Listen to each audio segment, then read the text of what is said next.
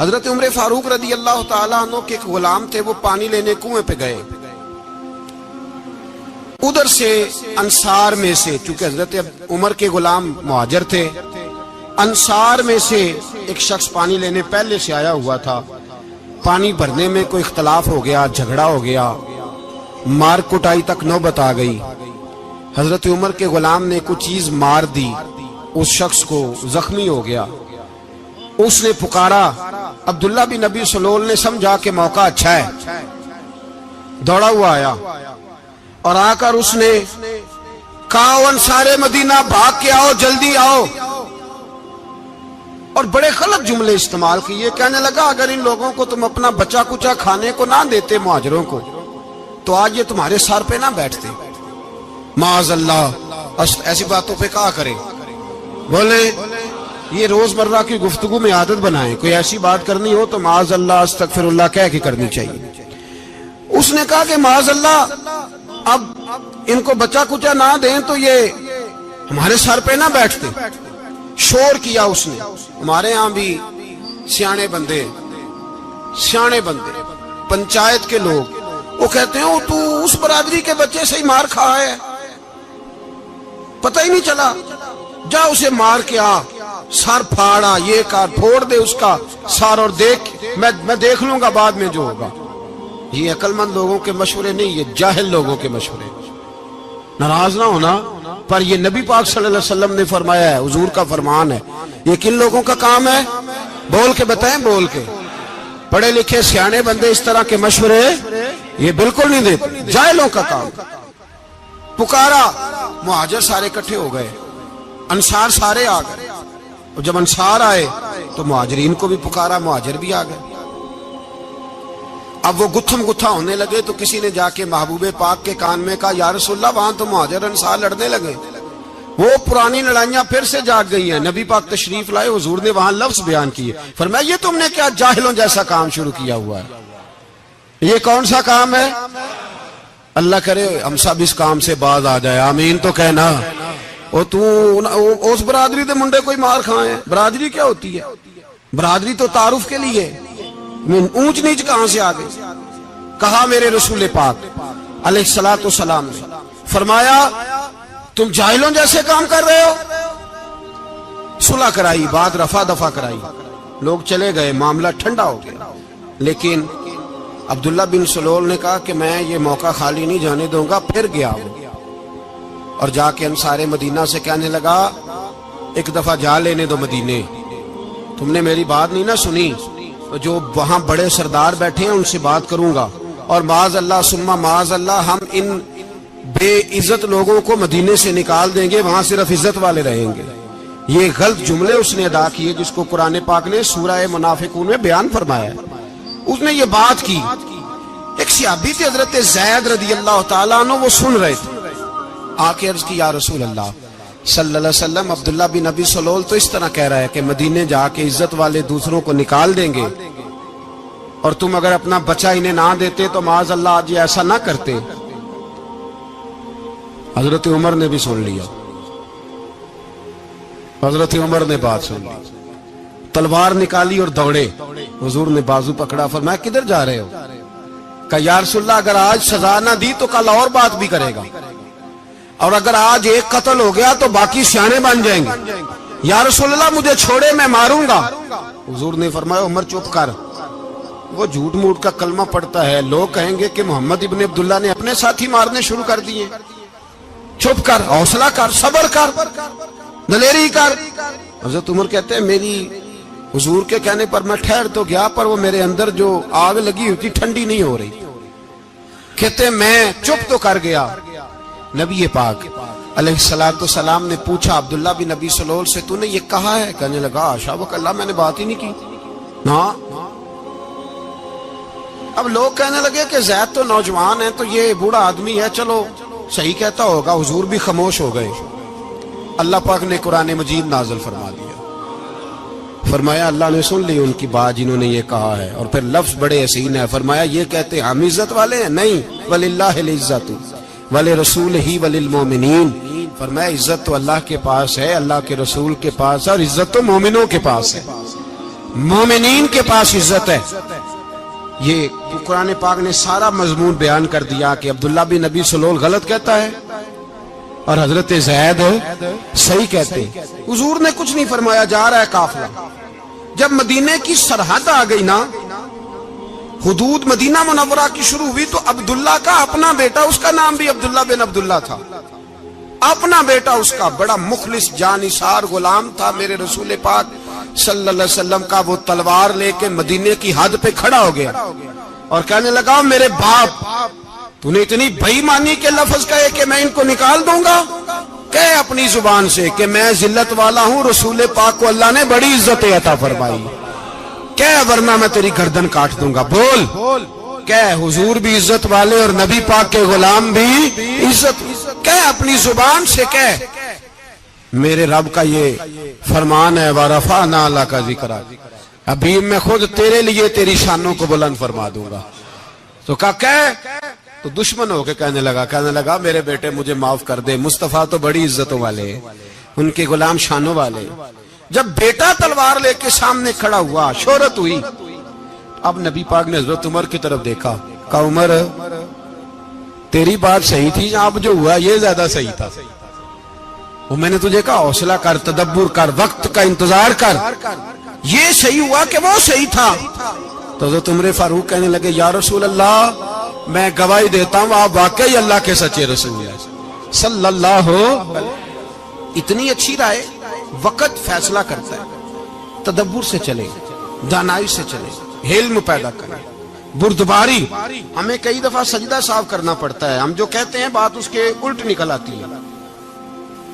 ہم کسی شخص کے بارے میں کچھ تبصرہ کر بیٹھتے ہیں، کچھ عرصے کے بعد ہمیں پتہ چلتا ہے کہ وہ تو ایسا تھا ہی نہیں، ہم نے غلط بات کر.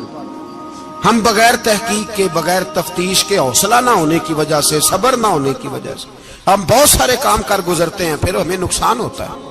اپنی زندگی میں حلم نہ چھوڑیں، حوصلہ نہ. لڑائیاں ہوتی ہیں نا گھروں میں، اس کی وجہ خامد ہوتا ہے، بیوی نہیں ہوتی. یہ بات گھر جا کے بتانا کہ آج انہوں نے کہا. لڑائی کی وجہ کون ہوتا ہے؟ نہ بولو تسی، پر میں تے آنکھ ہی چھڑے ہے، وہ تو ریکارڈ ہو گیا ہے. لڑائی کی وجہ کون ہے؟ جڑے باتیں لڑتے ہیں وہ کوندے ہی نہیں پے. وجہ کون بنتا ہے جی؟ کیوں بلا؟ اس لیے کہ نبی پاک صلی اللہ علیہ وسلم نے فرمایا عورت کی عقل آدھی ہے تو تیری تو پوری ہے نا. جس کا مطلب ہے لڑائی اگر بچ سکتی تھی تو مرد کی وجہ سے بچ سکتی تھی، گھر میں امن ہو سکتا تھا. کہتے ہیں یہ بڑی بیوقوف ہے، میری سنتی نہیں. تو میں نے کہا جو اس سے بحث کر رہا ہے وہ سیانا ہے؟ بولیں. جو بحث کر رہا ہے وہ عقل مند ہے؟ بندہ تو چلو تھا وہ دانشور شیکسپیئر، باتیں بعض اوقات اس کی کچھ ایسی ہیں. اس سے کسی نے پوچھا تھا عورتوں سے کون جیت سکتا ہے بحث میں، تو اس نے کہا تھا وہ جو ان سے بحث نہ کرے، جو ان سے بحث. تو بھائی تو وجہ اس لیے کہ حوصلہ تو نہیں کرنا تھا. نبی پاک علیہ السلام نے فرمایا بی بی ٹیڑھی لکڑی ہے، سیدھی کرنے کی کوشش کرو گے تو ٹوٹ جائے گی. سیدھی تو پھر کتنا بیوقوف ہے جو پتھر سے سر رگڑ رہا ہے، کتنا نادان ہے جو یہ حرکت کر رہا ہے، دریا میں چھلانگ لگا کے کہتا ہے ڈوبوں گا نہیں. تو بھائی حوصلہ پیدا کرے، علم پیدا کرے.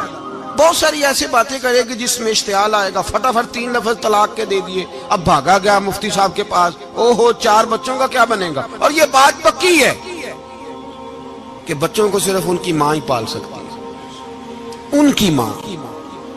اور بات مجھے نہیں بھولتی، ایک شخص نے بیوی کو طلاق دے کے دوسری شادی کی. اس کا بیٹا تھا 10 سال کا. اس نے اپنے بیٹے سے کہا کہ بیٹے بتا پرانی اماں صحیح تھی یا یہ صحیح ہے؟ اس نے کہا نہیں ابا وہ تو جھوٹ بڑے بولتی تھی، یہ صحیح ہے. وہ جھوٹی تھی، وہ جھوٹ بڑے بولتی تھی میری سگی اماں، یہ سچ بولتی ہے. اس نے کہا وہ کیسے؟ کہنے لگا اس لیے کہ میں کوئی شرارت کرتا تھا تو میری سگی اماں مجھے تھپڑ مارتی تھی اور کہتی تھی تجھے روٹی نہیں دینی، جا دوڑ جا گھر سے. تو میں دوڑ جاتا تھا تو جھوٹ بولتی تھی نہیں دینی، پھر آدھے گھنٹے کے بعد مجھے ڈھونڈنے لگ جاتی تھی، ڈھونڈ کے لاتی تھی، پھر میری منت کرتی تھی، پھر مجھے کہتی تھی نہ مجھے ستایا کر. پھر میرا ماتھا چومتی تھی، پھر میری مرضی کا کھانا بنا کے دیتی تھی، پھر میرے منہ میں لقمے ڈالتی تھی۔ جھوٹی تھی، پہلے کہتی ہے نہیں دینی، پھر پیچھے بھاگتی ہے۔ یہ سچی ہے، میں شرارت کرتا ہوں تو تھپڑ مار کے نکالتی ہے، پھر میں منتیں کرتا ہوں پر روٹی نہیں دیتی، پیر پکڑتا ہوں نہیں دیتی، سچ بولتی ہے، اپنی بات پہ ڈٹ جاتی ہے۔ او بھائی، بچے اس کی ماں ہی پال سکتی ہے، تو نے 3 جملے کہتے سوچا ہی نہیں، تیرا کا گیا تو یہ تو نئی بیوی ملے گی، اور اس کا بھی کیا گیا، اس کو بھی شاید شوہر مل جائے۔ ان پھولوں کی پرورش صرف ان کا مالی کر سکتا ہے، دوسرا کر سکتا تو نے حوصلہ ہی نہیں کیا۔ ٹھیک ہے غلطی بیوی کی تھی، پر تو مرد تھا نا، تیرے پاس تو دلیری تھی، فٹافٹ 3 طلاق کے جملے کہہ دیے۔ اور میرے رسول پاک علیہ السلام نے فرمایا جائز کام بڑے ہیں، پر طلاق جائز تو ہے، پر میرے رب کو پسند نہیں، اللہ کو پسند۔ تو نے مالی بگا دیا جس نے تیرے گھر کا باغ سینچنا تھا۔ تو بھائی یہ حوصلہ نہیں، درجنوں طلاقیں، 20 کیس، اور ابھی وہ شادی کے پورے کپڑے نہیں پہنے تو طلاق پہلے۔ اس کی وجہ یہ کہ حوصلہ نہیں، صبر نہیں، رضا نہیں، ہم احساس نہیں کرتے۔ اگر تو یہ سمجھ جائے کہ بس اللہ نے جو میرے لیے بہتر سمجھا مجھے دے دیا، صحیح ہے، میری آزمائش ہے، کیا ہے، کچھ ہے جو اس نے بہتر سمجھا مجھے، اس نے، پھر تو سکھی ہو جائے، تیرے لیے جینا آسان ہو جائے، پھر تو بہت ساری پریشانیوں سے، آزمائشوں سے دور ہو جائے۔ میرے نبی پاک علیہ السلام نے ہمیں حوصلہ کرنے کا حکم دیا، دلیری۔ 2-3 سال، شاید پچھلے سال یا اس سے پچھلے سال حج کے موقع پہ نا، ہمارے پاکستان میں تو بڑے بڑے انوکھے واقعات ہوتے ہیں، سننے سے کیا، میں کہتا ہوں وہ عبرت کے لیے ہوتے ہیں۔ جعلی ویزے لگوا دیے حج کے کسی ایجنٹ نے، اللہ کے مہمانوں کو بھی لوگ لوٹ لیتے ہیں، معاذ، جعلی ویزے لگوا دیے۔ اور مزے کی بات یہ ہے کہ پاکستانی ایئرپورٹ سے گزر بھی گئے وہ ویزے والے، اور احرام باندھے لوگ جدے پہنچ گئے۔ 4 آدمی تھے، انہوں نے ویزا دیکھا تو کہا نکلی، آپ کو واپس جانا پڑے گا۔ اگلی فلائٹ سے وہ لوگ واپس آئے۔ آپ مجھے بتائیے، ان کی جب وہ چھوٹے چھوٹے کلپ آئے، میڈیا نے ان کی باتیں سنی تو ان کے آنسو نہیں تھمتے تھے۔ ایک آدمی احرام باندھ کے گیا ہے، معمولی سمجھتے ہیں آپ؟ میرے جیسا غریب آدمی کبھی اس نے ارادہ کیا اور مدینے جانے کا لیٹ ہو جائے تو کلیجہ پھٹنے کو آتا ہے، کچھ مجبوریاں پیروں میں آ جائے، نہ جا سکے تو پتہ نہیں کتنی توبہ کرنے کو دل کرتا ہے کہ کہیں غلطی تو نہیں ہو گئی، کوئی ایسی بات تو نہیں نکل گئی۔ یقین کریں طبیعت پریشان ہو جاتی، یار کوئی ایسا کام تو نہیں ہوگا جس کی وجہ سے یہ بات ہوئی۔ 4 آدمی لوٹ آئے، حالات خراب ہو گئے، لوگ رو رو کے قصے سناتے تھے، لیکن میرے رسول پاک علیہ السلام کا حوصلہ دیکھو۔ حضور کعبے کا بھی کعبہ، حضور مالک، حرم کے مالک مطلق، جن کے صدقے اللہ نے کعبہ کو بیت اللہ بنایا۔ حاجیو آؤ شہنشاہ کا روضہ دیکھو، کعبہ تو دیکھ چکے، اب کعبے کا بھی کعبہ دیکھو۔ حضور 1400 صحابہ کو لے کے گئے عمرہ کرنے، مقام حدیبیہ پر پہنچے تو کافروں نے روک لیا، ہم عمرہ نہیں کرتے، تو اور میں خادم اور جو وارث و مالک ہیں 1400 صحابہ، ہم نہیں عمرہ کرنے دیتے، واپس جائیے۔ صلح لکھی جا رہی ہے، صلح کی شرطیں کیا ہیں؟ مکے سے کوئی آدمی غلطی سے بھی مدینے چلا گیا، مکے کا آدمی تو مسلمان اگر ان کے ظلم سے تنگ آ کے، مکی مسلمان کافروں کے ظلم سے تنگ آ کے مدینے چلا گیا تو مدینے والے واپس کریں گے، اور اگر مدینے سے کوئی شخص غلطی سے بھی مکے چلا گیا تو مکے والے واپس نہیں کریں گے۔ اتنی سخت شرائط، حضرت عمر غصے سے کانپنے لگے، صحابہ پریشان ہیں، پر میرے رسول پاک نے صبر دکھایا، حوصلہ، تدبر، یہ تدبیر ہے، صبر ایک بہترین تدبیر ہے، اگر کوئی اپنائے تو بہترین طریقہ ہے۔ حضور نے فرمایا ہمیں منظور ہے، صلح کرو، اور اتنا سخت حکم ہے، کہنے لگے 1400 احرام والے واپس جائیں، بعد میں آنا، اس وقت نہیں عمرہ کرنے دیں گے۔ میرے نبی پاک علیہ السلام، مجھے بتاؤ، مجھے اور آپ کو دکھ ہوتا ہے تیاری ہو تو پروگرام رہ جائے، تو اگر احرام باندھا ہو اور اللہ کے رسول نے بندھوایا ہو تو حضور واپس لوٹنے لگے تو کتنی تکلیف کی بات ہے۔ حضور نے فرمایا چلو آئندہ آئیں گے، معاہدہ لکھا جا رہا ہے، حضرت علی معاہدہ لکھ رہے ہیں، لکھو محمد الرسول اللہ صلی اللہ علیہ محمد الرسول اللہ صلی اللہ علیہ وسلم اور قریش مکہ کے بیچ معاہدہ. یہ تحریر لکھی جا رہی تھی تو ابو سفیان بول پڑا، کہنے لگا جی ہم محمد الرسول اللہ نہیں لکھنے دیں گے معاذ اللہ، یہی تو ہمارا جھگڑا ہے. اگر آپ کو رسول اللہ مان لیا تو پیچھے رہ کیا گیا، محمد ابن عبداللہ لکھیں. حضور نے حضرت علی سے فرمایا رسول اللہ کاٹ کے محمد ابن عبداللہ لکھو.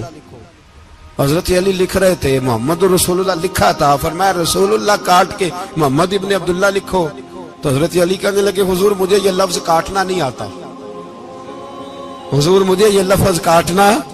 کسی صحابی نے اعتراض نہیں کیا کہ لکھنا آتا تھا، کہا مجھے کاٹنا.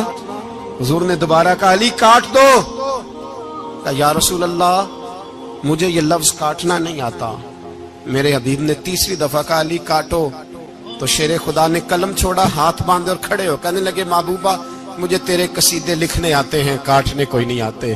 میں مجبور ہوں، مجھ سے نہیں ہوتا. کوشش کرتا ہوں، نہ قلم اٹھتا ہے نہ ہاتھ چلتا ہے. میرے حبیب پاک نے قلم پکڑا اور لفظ رسول اللہ خود کاٹ کے محمد ابن عبداللہ کرایا.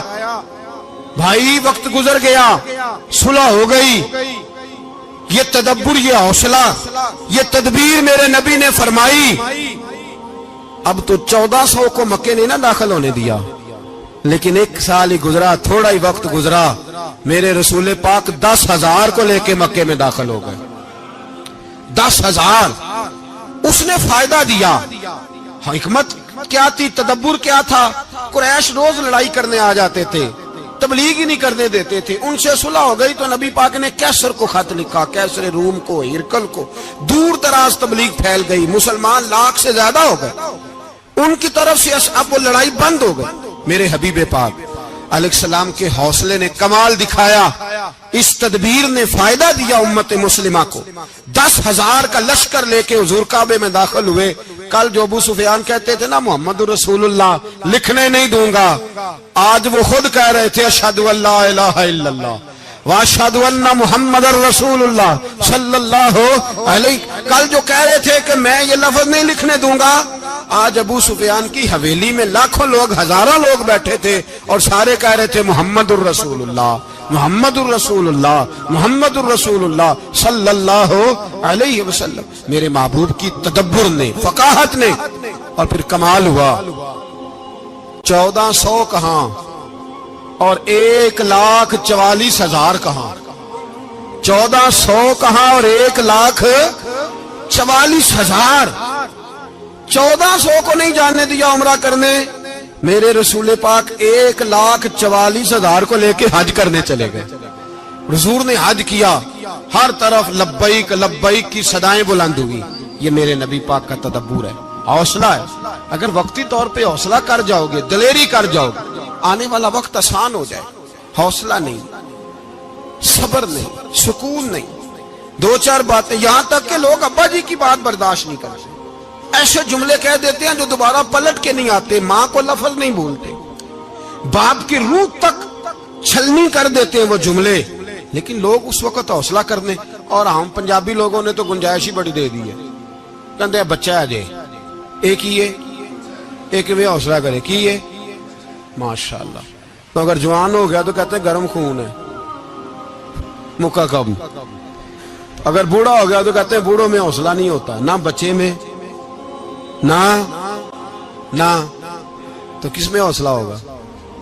بولے کسی میں بھی نہیں. چھٹی سب کو فتویٰ مل گیا نا، یہ بچہ ہے جی، ابھی یہ تو بچہ ہے، آپ تو سیانے بیانے ہیں، یہ بچہ ہے. کمال ہو گئی ہے بھائی. کیا مطلب ہے بچہ ہے؟ بچے کو سارا پتہ ہے، ہر چیز اسے آتی ہے، حوصلہ کرنا ہی نہیں آتا. اور پھر کہہ دیا وہ تو گرم خون ہے. وہ کیا بات کرتے ہو؟ گرم خون ابے کے گلے پڑ گیا گرم خون، اس کو کھڑا کرو نا ایس پی کے سامنے اور اس کو مار تھپڑ اس کے منہ پہ، تیرے گرم خون کا پتہ چلے. غریب کے یہ گلے پڑ گیا، اس کو کھڑا کرو ایس او کے سامنے، پھر پتہ چلے گا خون کتنا گرم ہے. وہاں بالکل چپ ہے، بالکل خاموش ہے. اور گرم خون اس کا صرف اماں کے لیے. جلال صرف رہ گیا اگر غریب گھر کی بیٹی بیاہ کے لایا تو صرف اس کے لیے. کوئی ایسی بات نہیں. ہم بڑے سیانے، ہمارا غصہ بڑا سمجھدار ہے، ہمارا وہ گرم خون بڑا سیانا ہے. وہ جہاں دیکھتا ہے کہ معاملہ ہلکا ہے تو وہاں وہ گرم خون جلال میں، اور جہاں دیکھتا ہے کہ سامنے والا تگڑا ہے تو وہاں وہ گرم خون فوراً ٹھنڈا ہو جاتا ہے۔ حوصلہ پیدا کرے، زندگی حوصلے مند لوگ جیتے ہیں، جو حوصلے مند نہیں ہوتے وہ تو زندگی کا ایک سال لطف سے نہیں جی پاتے۔ حوصلہ کریں، مسکرائیں۔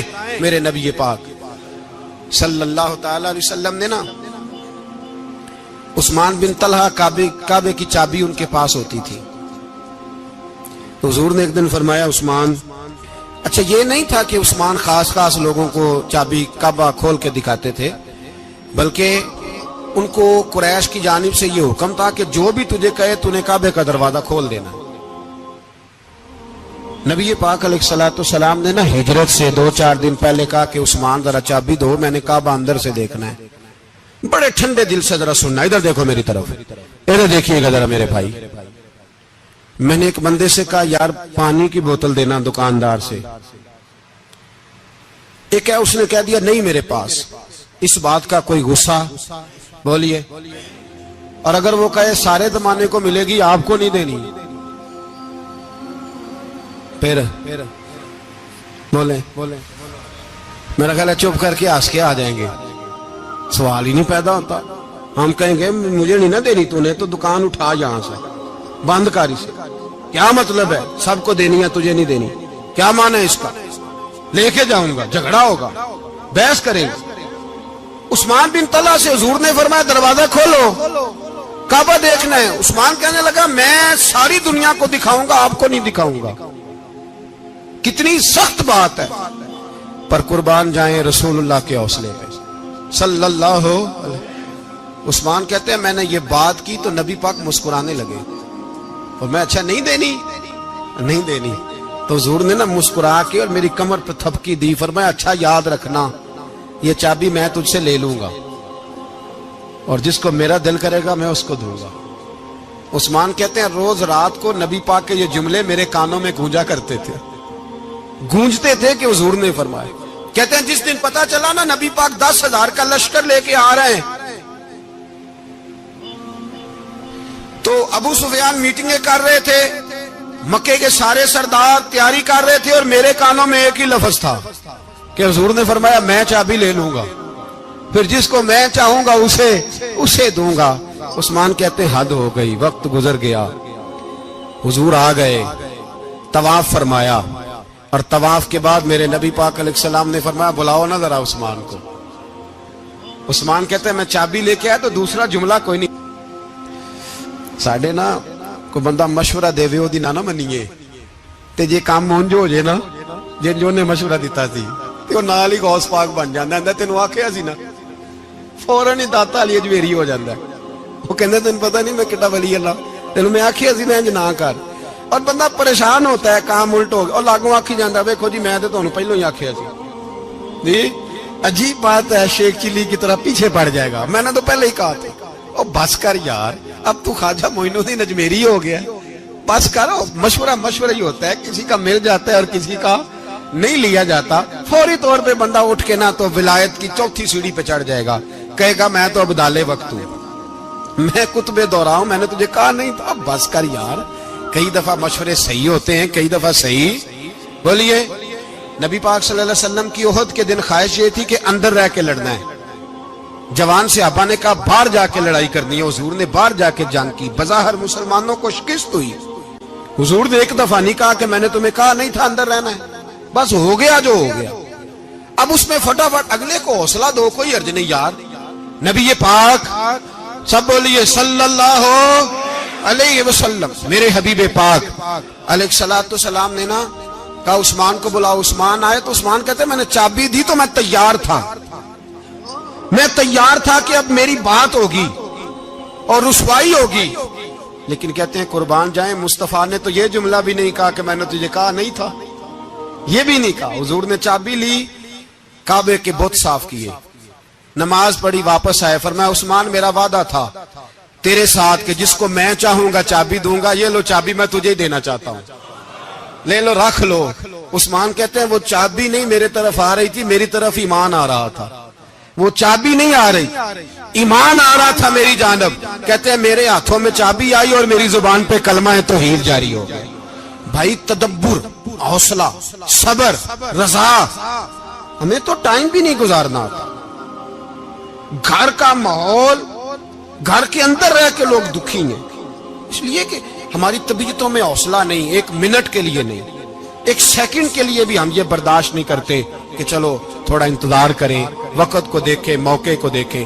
میرے نبی پاک علیہ الصلوۃ والسلام پہ اتنی مصیبتیں آئیں کہ پہاڑ پہ آتی تو وہ ریزہ ریزہ ہو جاتے ہیں، لیکن کسی مقام پر بھی حضور علیہ الصلوۃ والسلام شکوہ کرتے نظر نہیں آتے. ہم غریبی کا رونا روتے ہیں، ہر چوتھا آدمی کہتا ہے بڑا غریب ہوں، لیکن میرے نبی پاک علیہ الصلوۃ والسلام نے چوتھے دن کھجور کھائی، سرکہ کھایا ہے اور موٹے بان کی چارپائی پہ آرام کیا ہے. حضرت عمر نے کہا حضور کتنی تکلیف ہے؟ فرمایا عمر کوئی تکلیف نہیں، تھوڑا سا تو وقت ہے، جنت میں جائیں گے، ساری نعمتیں اللہ نے ہمارے لیے تیار کی ہوئی ہے. راضی بالرضا، راضی بالرضا، کوئی کسی قسم کا مسئلہ نہیں. ہمیں آزمائشیں آتی ہیں، تکلیفیں آتی ہیں، بیماریاں آتی ہیں، لوگ چھوٹی چھوٹی بات پر پریشان ہو جاتے ہیں، ذرا ذرا سی بات پر شکوہ کرتے ہیں. میرے رسول پاک علیہ السلام نے فرمایا جب میرا رب کسی کو بیمار کرتا ہے تو 2 فرشتوں کو بھیجتا ہے، جاؤ میرے بندے کی تیمارداری کر کے آؤ. اللہ اکبر، خود رب بھیجتا ہے، جاؤ میرے بندے کی. تو مجھے بتائیے جب اللہ بھیجے تو پھر تندرست خوش نصیب ہوا کہ بیمار؟ جی تندرست پھر خوش نصیب کون ہوا؟ میرے نبی پاک صلی اللہ علیہ وسلم نے فرمایا رب 2 فرشتے بھیجتا ہے، فرماتا ہے پتہ کر کے آؤ میرے بندے کا اس کا کیا حال ہے، حالانکہ اللہ سارا ہی جانتا ہے. فرشتے آتے ہیں، واپس جاتے ہیں، رب کریم پوچھتے ہیں بتاؤ میرا بندہ کیا کہتا تھا؟ اللہ تجھے سارا ہی پتہ ہے، پر ہم سے پوچھتے تو بتا دیتے ہیں. وہ یہ کہتا تھا کہ میں اپنی رب کی رضا پہ بڑا ہی راضی ہوں. وہ تیری حمد کر رہا تھا، تیری تعریف کر رہا تھا، تیرا شکر کر رہا تھا، تیرے لیے کلمات حمد بیان کر رہا تھا. تو میرے نبی پاک علیہ السلام فرماتے ہیں، اللہ فرشتوں سے فرماتا ہے سنو پھر اگر میں اپنے بندے کو اس بیماری میں شفا دوں گا تو اس تندرستی سے زیادہ اچھی تندرستی دوں گا جو پہلے اسے عطا کی ہوئی تھی، پہلے سے اچھی صحت دوں گا. اور اگر اسے اس بیماری میں موت دوں گا تو پھر مرتے ہی اس کے لیے میں جنت کا فیصلہ فرما دوں گا. بھائی جب تو راضی بالرضا رہتا ہے، راضی بالرضا، بڑی سادی سی بات ہے بھائی. آپ گھر گئے روٹی مانگی تو اگر کسی نے کہا نا کہ اتنی تھکاوٹ ہے ٹائم پہ آیا کرے اس وقت، تو روٹی تو وہ بھی مل گئی اور اس میں لذت، وہ سکون نہیں، وہ سکون نہیں.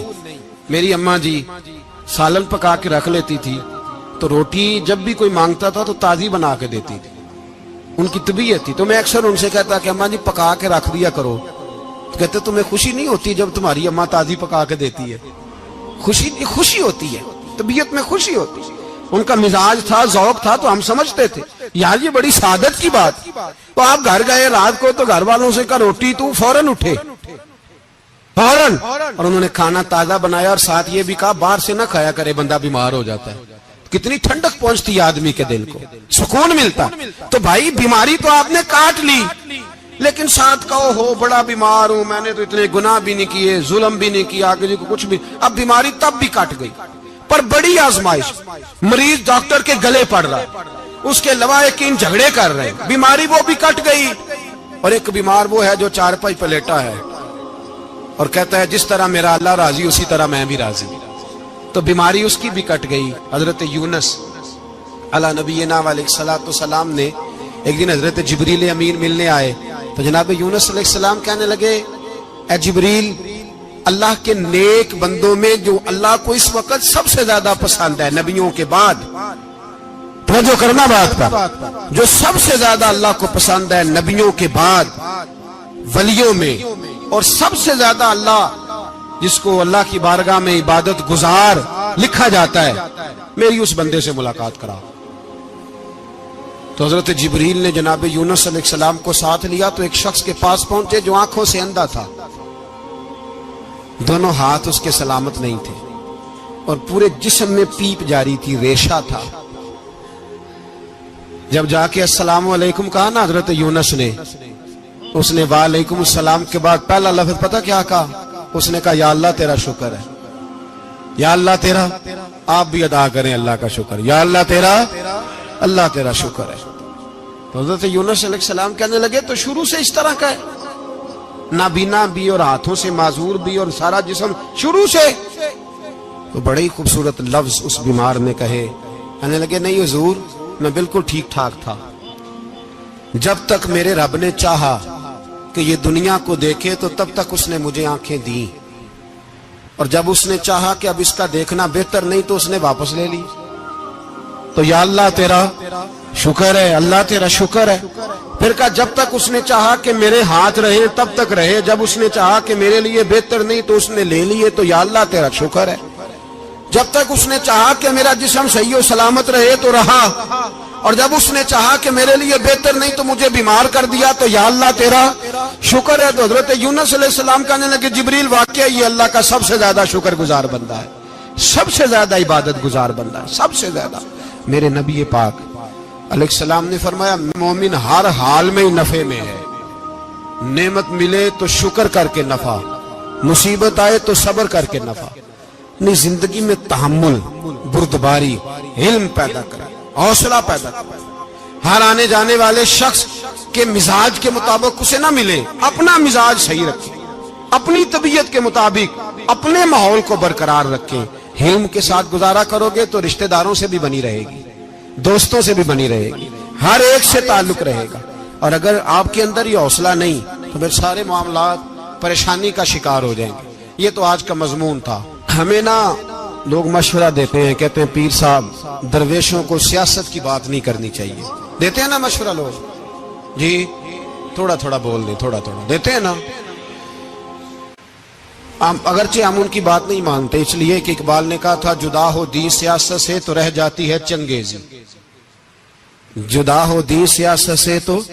اور پہلا فکرہ یہ ہے کہ جلال بادشاہی ہو یا جمہوری تماشا ہو، جدا ہو دین سیاست سے تو رہ جاتی ہے۔ اس نے کہا جب سیاست اور دین علیحدہ علیحدہ ہوتے ہیں تو چنگیز خان اور ہلاکو خان پیدا ہوتے ہیں۔ سیاست جب تک مسجد کے اندر رہتی ہے تب تک پاک صاف رہتی ہے، وہ گندی ہوتی تب ہے جب مسجد سے نکل جاتی ہے۔ حضرت علی کے زمانے تک مسجد میں رہی، پاک صاف رہی، یزید باہر لے گیا تو گندی ہو گئی، حضرت عمر بن عبدالعزیز دوبارہ مسجد میں لے آئے تو پھر پاک ہو گئی۔ لیکن پھر بھی ایک ساتھی نے مجھے کہا تو اس کی بات میں سب کی باتیں نہیں مانتا، اس کی بات میری سمجھ میں آئی۔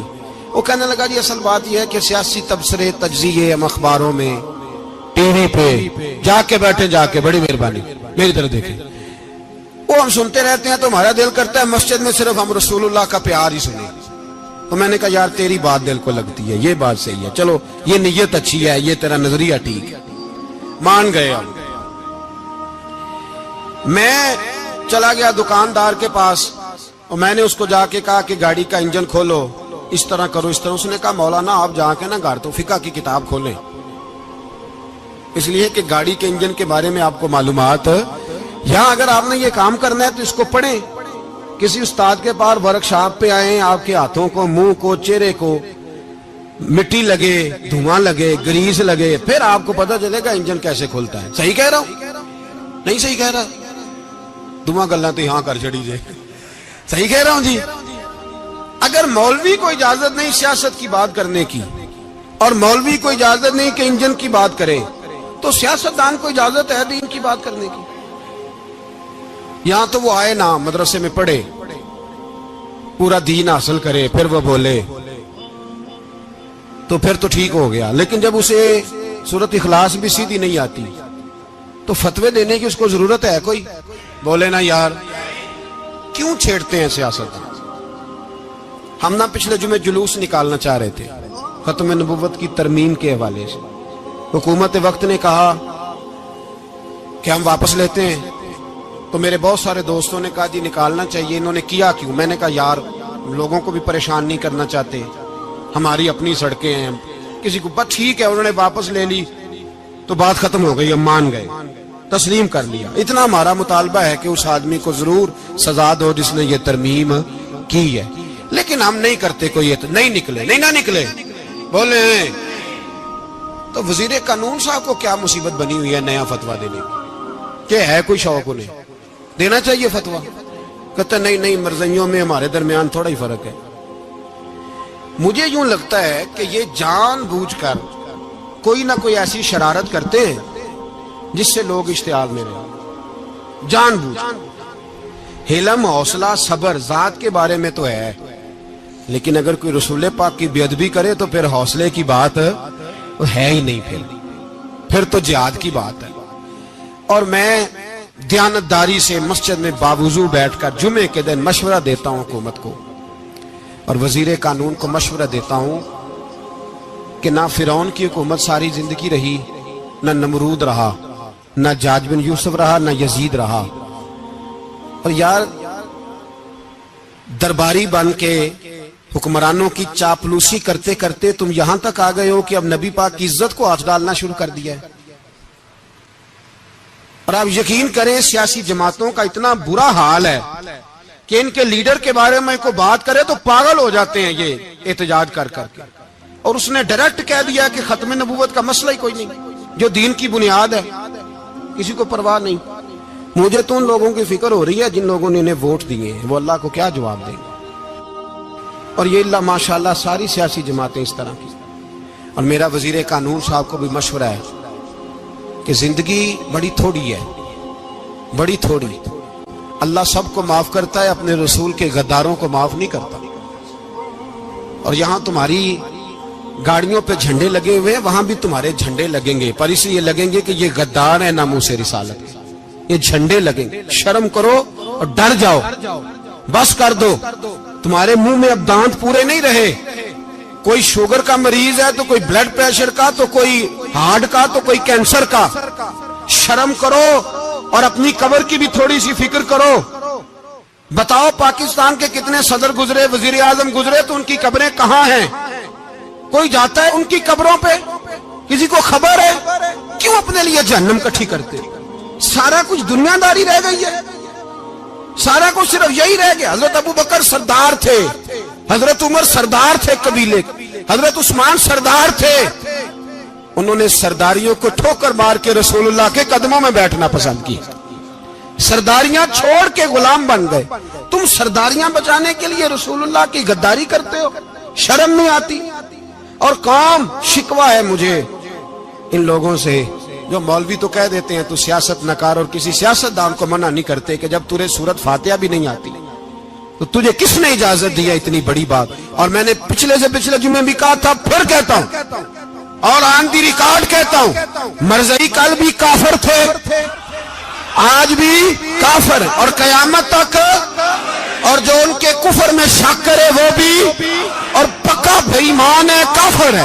وہ وزیر قانون ہو یا صوبائی ہو یا وفاقی ہو، من شک فی کفر ہی فقط کفر. جو مرزائی کے کفر میں شک کرے وہ بھی کافر ہے. ہمارے رسول آخری رسول ہے. ہم کسی کو یہ اجازت نہیں دیں گے کہ وہ ختم نبوت میں رکھڑا ڈالنے کی کوشش کرے.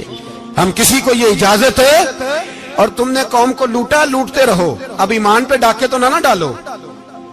تمہیں دولت لوٹ کے پیٹ نہیں بھرا، اب ایمان لوٹنا شروع کر لیا ہے. تمہارا فیکٹریاں لوٹ کر، قومی خزانہ لوٹ کر پیٹ نہیں بھرا. بھائی مانو اب دین بیچ کر اپنی حکومتیں پکی کرو گے. اور وہ لوگ بھی تیار ہو جائیں جو ان بے ایمانوں کو منتخب کرتے ہیں، ان سے بھی سوال کرے گا ختم نبوت کا موضوع قیامت کے دن کہ تم بتاؤ.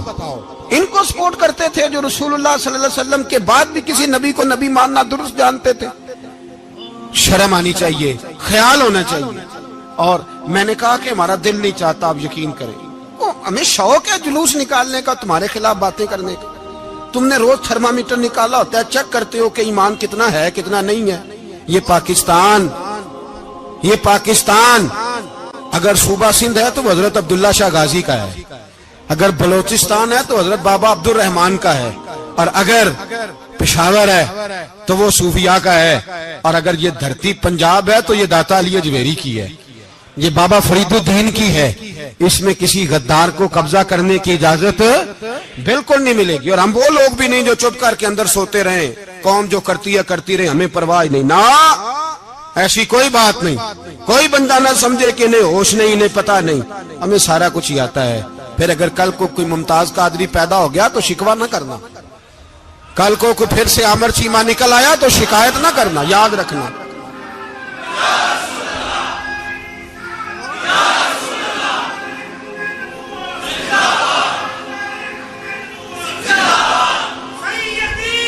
تو میرے بھائی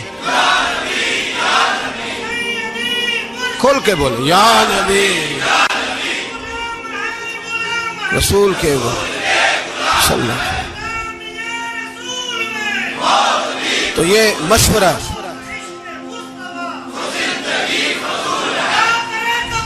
جزاک اللہ، تو یہ تمہیں مشورہ ہے۔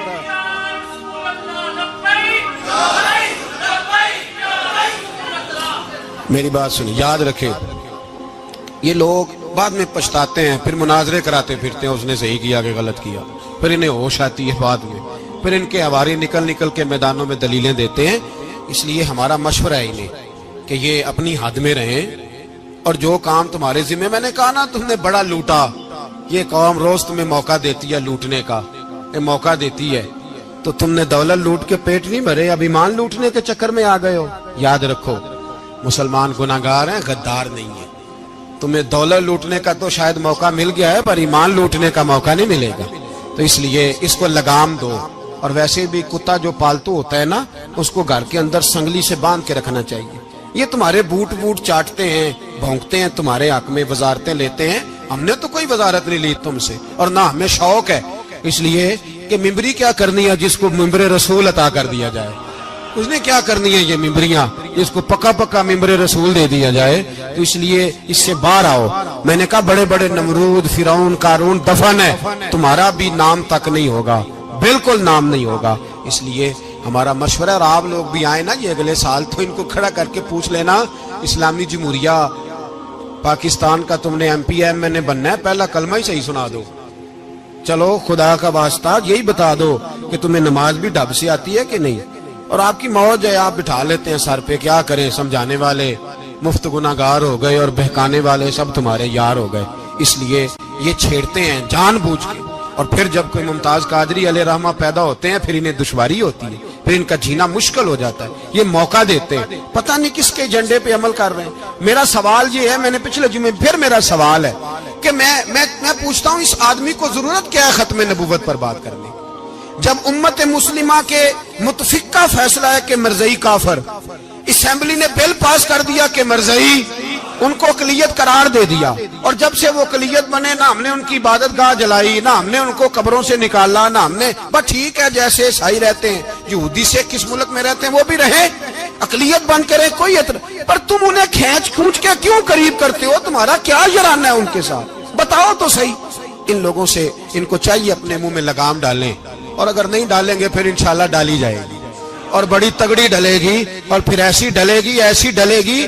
سلمان تاثیر جب مرا تھا نا، تو 5-5 لاکھ روپیہ مولویوں کو آفر کی جنازہ پڑھاؤ، 5-5 لاکھ روپیہ چھوٹے چھوٹے مولویوں کو۔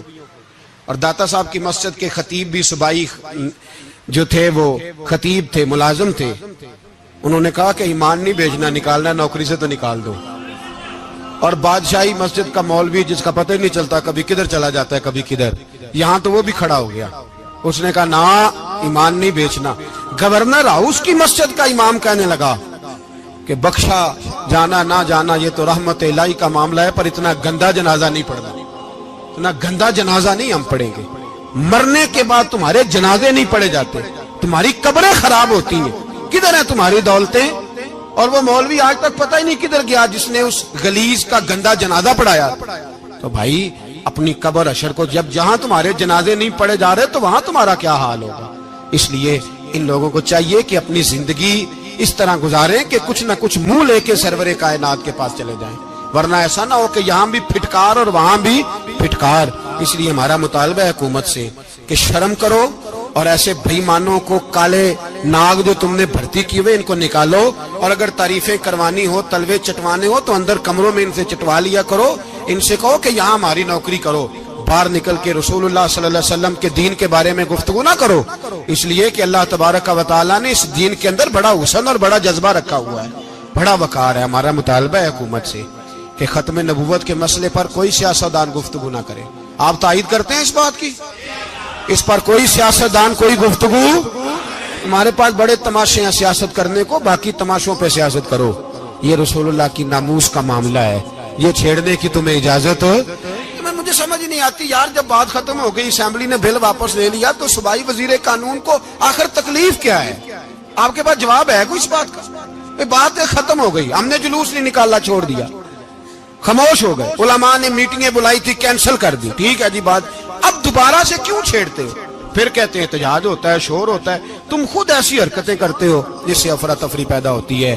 یہ ملک رسول اللہ کے نام پہ بنا ہے، اور قیامت تک یہاں وہی ہوگا جو میرے رسول پاک صلی اللہ علیہ وسلم کی رضا ہوگی، اور نبی پاک کے قانون کے خلاف کوئی قانون یہاں چل سکتا؟ اللہ ہمیں